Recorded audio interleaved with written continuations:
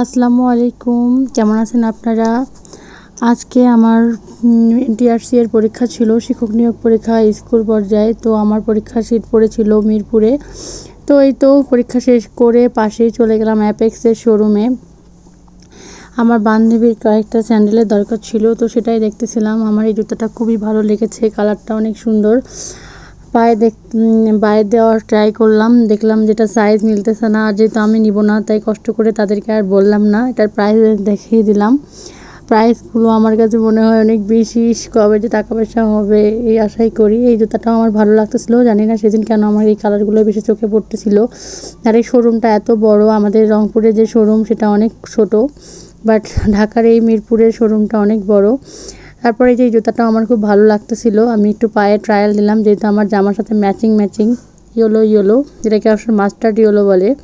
এটাও ঢুকতেছিল না। আর দেখেন জুতিটা কি সুন্দর, বাট নর্মাল জুতির থেকে এটার প্রাইস অনেক বেশি ছিল। আর আমার বান্ধবী যে কী জুতা খুঁজতেছে সেই জানে। আমার এটাও অনেক ভালো লাগতেছিল, আর এই কালারটা আমার খুব টানতেছিল।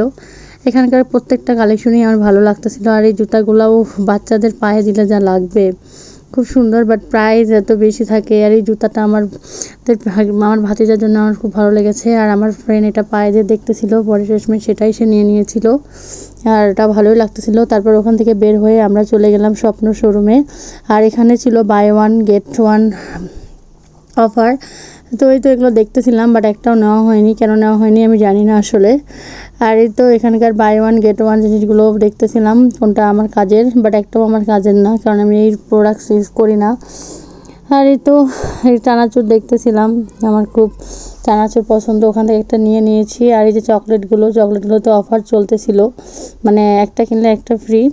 পরে খুব ক্ষুধা লেগে গেছে, আমার বান্ধবী মোরগ পোলাও অর্ডার করছে, আর আমি নান রুটি আর সবজি, যেহেতু আমি ডায়েটে আছি। বাট ক্ষুধা লেগেছে জন্য আমি নান রুটি খাচ্ছিলাম দুপুর টাইমে। তারপর আর কি খাওয়া দাওয়া শেষ করে আমি আমার লোকেশন অনুযায়ী চলে যাচ্ছিলাম মিরপুরের রাস্তা। এই রাস্তা দেখে আমার এত ভালো লাগছে। তারপর বাসায় চলে আসলাম। আর এই ছাদটা এত সুন্দর, আর এত মানে বাতাস দিচ্ছিল। আর এই দেখেন মেহেন্দি পাতা, অন্য সময় গেলে এই পাতা তুলা আমি একদম ব্যাটে করে মাথায় দিয়ে দিতাম। আর এই তো এভাবে আমার আজকের দিনটা শেষ হয়ে যায়।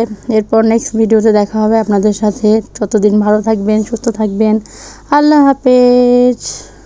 অসময়ের ঝড় তুফানে স্বপ্ন আশা হারায়।